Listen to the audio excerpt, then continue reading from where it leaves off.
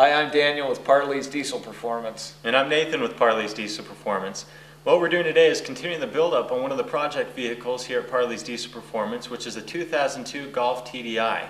If you remember last time, we started this build-up by adding Van Aken's Smart Box, which gave us a 25% horsepower and torque increase in just under 10 minutes.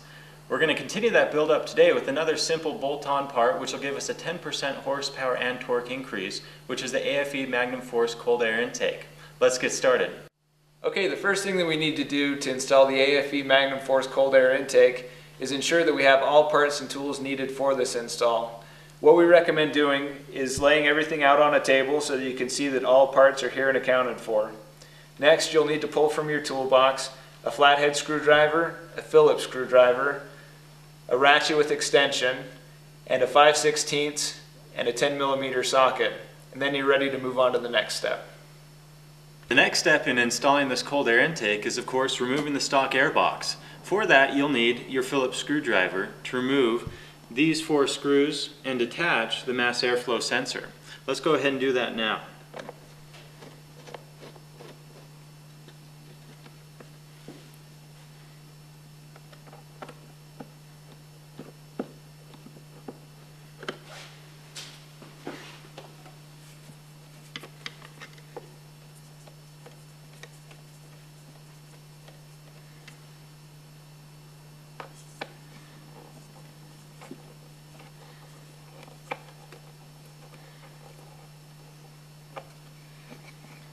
Once you've removed all the screws, you want to go ahead and remove the mass airflow sensor and the smog pump from the airbox lid.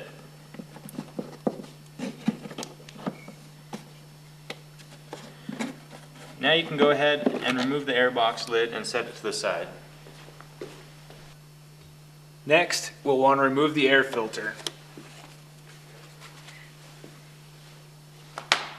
as well as the battery box. After having done this, we can easily access the 10mm bolts that we have to remove.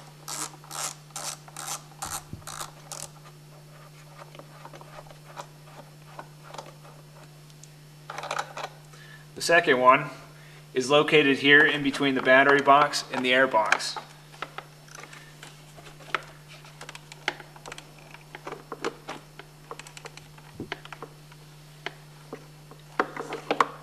Once that is loosened, you can remove the bottom portion of the box. With factory airbox removed, we're now ready to start installing AFE's new airbox. For this next step, of course, we'll need the AFE airbox.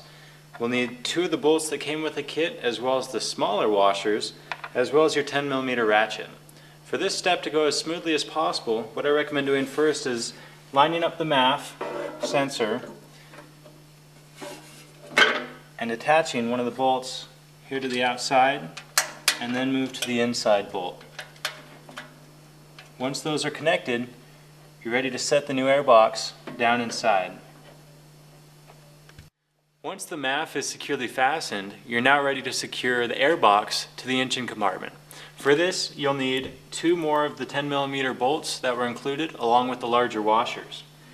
We recommend that you put these on because of the tight fit before lowering it down, and then you can proceed to tighten those up completely.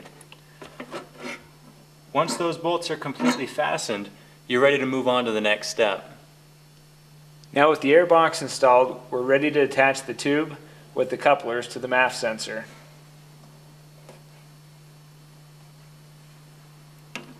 For this, you're going to want to use a flathead screwdriver or the 5/16 socket with ratchet. Once that's securely tightened, you'll now want to attach the filter.